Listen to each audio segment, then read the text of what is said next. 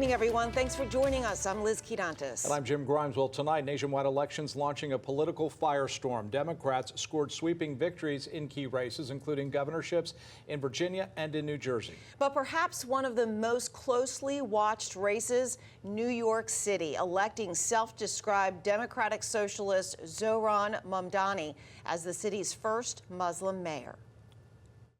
New York, tonight you have delivered a mandate for change, a mandate for a new kind of politics, a mandate for a city we can afford, and a mandate for a government that delivers exactly that. Well, the ripple effect of his victory already being felt across the nation and here in Florida. Before the race was even called, Governor DeSantis had posted on X saying Mamdani would become Realtor of the Year in way more places than in Palm Beach County if he won. In Boca Raton, reaction to Mamdani's victory is mixed. Many New Yorkers have strong ties to Boca, splitting time, in fact, between Boca Raton and the Empire State, and they've been watching this race closely. But the mayor of Boca Raton predicts that could become a one-way trip very soon. CBS 12's Al Pefley joins us live at Boca Raton City Hall. Al? Liz, Boca Raton's mayor says Boca Raton is ready to welcome with open arms any business that wants to flee the Big Apple. Mamdani's platform has certainly ruffled a lot of feathers in Manhattan. So will they fly south for the winter and stay here permanently?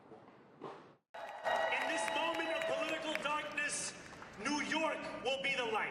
With Zohran Mamdani claiming victory in the New York City mayor's race, Boca Raton hopes to lure businesses from New York City that are looking to move out of there.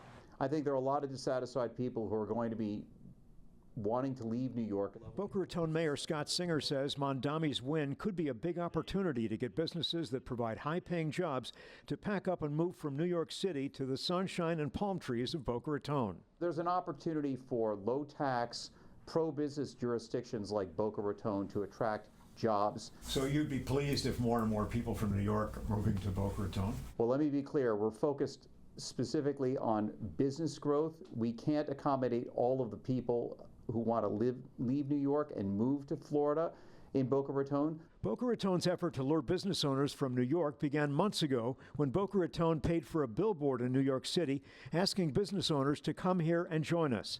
Mayor Singer specifically wants to get businesses in the financial industry, medical technology, artificial intelligence, and other fields that offer jobs in the $100,000 salary range. We asked folks in Boca Raton what they think. Do you think it would be a good thing to have more New Yorkers coming down here, possibly bringing jobs and businesses to Boca Raton? No, they definitely don't need more people here in the winter. I feel like to a certain degree it might prop up the economy here, maybe make way for like new businesses to be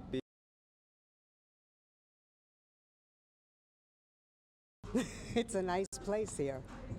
I'm a New Yorker. I moved down here almost 5 years ago.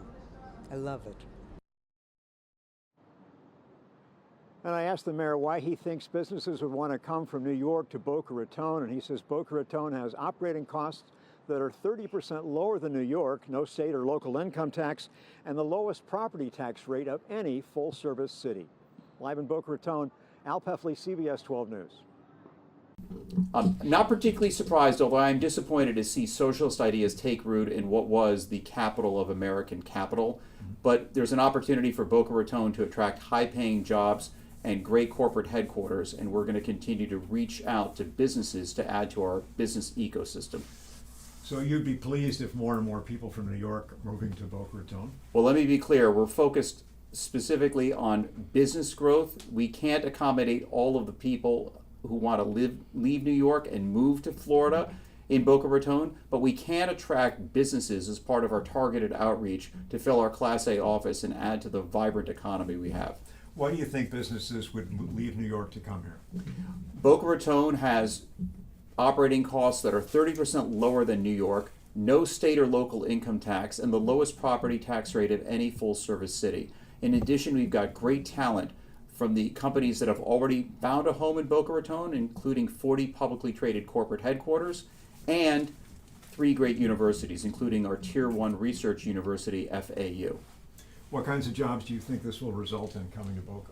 We've seen growth over the last few months, particularly in a variety of industries, fintech, financial services, medtech, but we've got strong bases in telecom, artificial intelligence, quantum computing, manufacturing, and more. We expect to see a diversified group of industries wanting to come to Boca Raton because of our quality of life and, again, the lowest property tax rate of any full-service city in Florida. But you think there's a lot of dissatisfied people who are saying, I'm done with New York, I'm going to move south to Boca?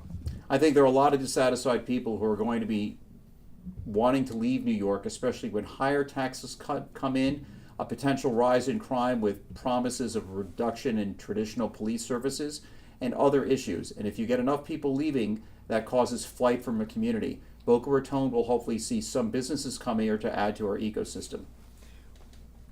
We spoke to a handful of people about this, and they think it's going to hurt the quality of life because they're going to have a lot more congestion on the roads, a lot more people moving in here. What do you say about that? Again, we don't expect that many people to move here. We're more focused on high-paying jobs. We have Class A office space that's ready to be filled and improve the economy. And if corporations are headquartered here, it doesn't mean that all the residents live in Boca Raton or even commuting there. There's a variety of hybrid options that we're also exploring. But again, our focus remains on attracting high-paying jobs. We can't have everyone living here. We don't have the space.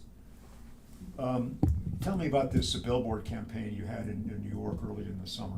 For the last few years, the city's had targeted outreach into key demographics, New York, Chicago, and San Francisco among those markets. This billboard opportunity came in the wake of a lot of earned media for the city, and the city was able to get a beneficial deal for some targeted advertising. It launched a website, ny2boca.com, which in the first few weeks saw thousands of visitors, and we expect to have an increase in traffic now that the election is final. Have you gotten calls already from business people who say, I'm thinking about coming down just since yesterday? We were getting calls back in June after the primary, and we've gotten inbound inquiries even this morning, and I expect more of those to continue. We're here to tell people that Boca Raton's a wonderful place to do business, and we are welcoming of high-paying jobs, corporate headquarters, job creators, and innovators. When you say high-paying jobs, what kind of salaries are you talking about? Salaries that are substantially above the median income for Palm Beach County, and we're seeing that. We've had some strategic investments to create high-paying jobs, and all of those help fuel other jobs in the community. So you're talking about jobs would pay over $100K, or can you give me a salary? Usually in that range, 100K or just about there, yes. Okay. How will you know, how soon will you know, do you think, whether this is really going to happen? We're going to continue to field the calls and continue to make targeted outreach to companies that we think would be additions to our ecosystem and help our industries. We're again focused on creating high-paying jobs for residents today and for the next generation. That helps improve the quality of life. And you're looking at specifically at jobs in the financial industry, or what types of companies? We've had outreach to financial industry, telecom, technology, and a variety of industries. We're trying to build on the base of talent we have and make companies feel more comfortable that they already have great talent here in addition to people they would bring to add to their office presence. So really, just to wrap it up then, you're looking at this win by Mamdani, excuse me, you're looking at his win as an opportunity for Boca. We're going to try to make, we're going to try to make lemonade out of the lemon that was socialist ideas being imported into what was the capital of capital. If we have an opportunity to create high-paying jobs and enhance our quality of life through targeted investment and targeted attraction, we're going to explore it. Were you watching the election results last night and cheering for Mamdani to win? I certainly wasn't cheering for that. I don't like to see bad ideas take root in what was a great city and still can be. I'm just concerned about what we can do to take advantage of a situation that's less than optimal by a wide margin. So you weren't really applauding or celebrating his victory last night? No, I can't applaud or celebrate socialist ideas being imported into America or our largest city. Very good. Okay. Good. Thank you very much. Thank you.